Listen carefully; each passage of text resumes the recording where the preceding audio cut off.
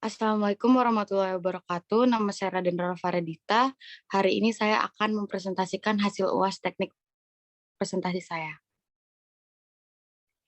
Kronologi dunia pendidikan semenjak merebaknya Omikron.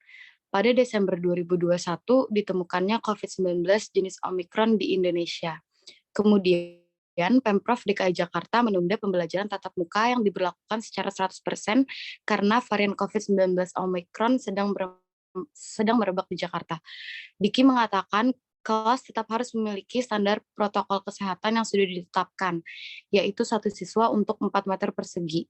Untuk itu, dia menyarankan agar pembukaan belajar tatap muka 100% bisa merujuk pada data vaksinasi, peserta didik, dan tenaga kependidikan.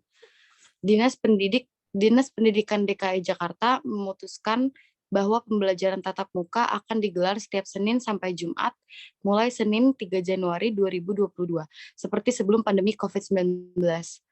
Keputusan tersebut tertuang dalam SK Kepala Dinas Pendidikan nomor 1363 tahun 2021 tentang penyelenggaraan pembelajaran tatap muka terbatas pada masa pandemi COVID-19. Kendala dan kritik terhadap penerapan PJJ.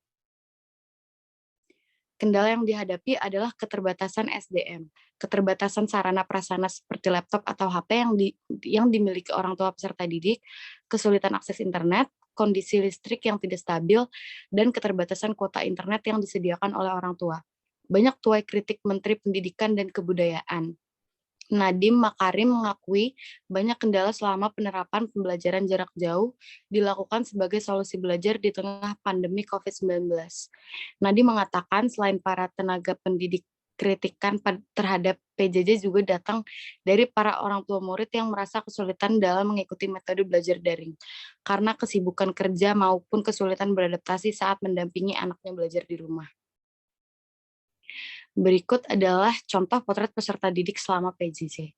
Next. Wacana dimulainya PTM terbatas. Saat terjadi penurunan angka COVID-19, pemerintah melalui Kementerian Pendidikan, Kebudayaan, Riset, dan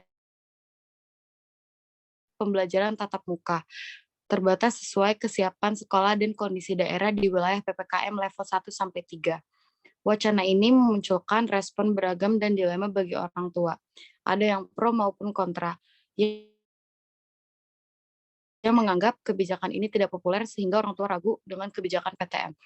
Untuk meredam kekhawatiran pemerintah harus cermat dalam menyikapi penerapan PTM, mempercepat pemberian program vaksinisasi bagi pelajar atau mahasiswa sebagai cara untuk mengantisipasi penularan COVID-19 di sekolah atau di perguruan tinggi.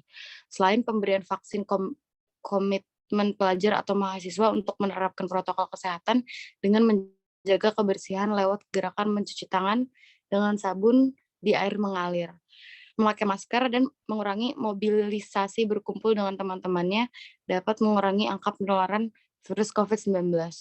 Sekolah dan perguruan tinggi penyelenggara pendidikan harus mempersiapkan standar pelaksanaan PTM dengan infrastruktur yang memadai.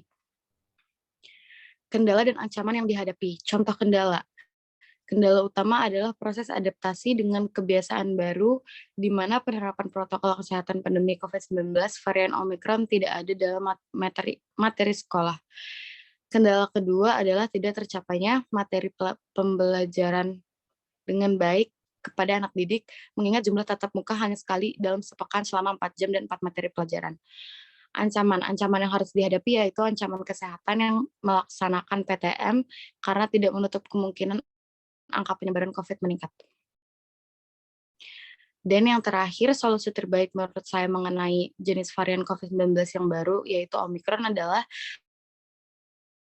tetap pada pembelajaran jarak jauh walaupun sudah melakukan vaksin serta menjaga kebersihan. Dan juga tidak lupa untuk tetap menjaga imun tubuh untuk tetap sehat. Karena jika kita fokus melakukan pembelajaran tatap muka, kita tidak pernah tahu apa yang akan terjadi. Situasi terburuk yang bisa terjadi yaitu meningkatnya angka korban dari varian COVID-19 Omikron.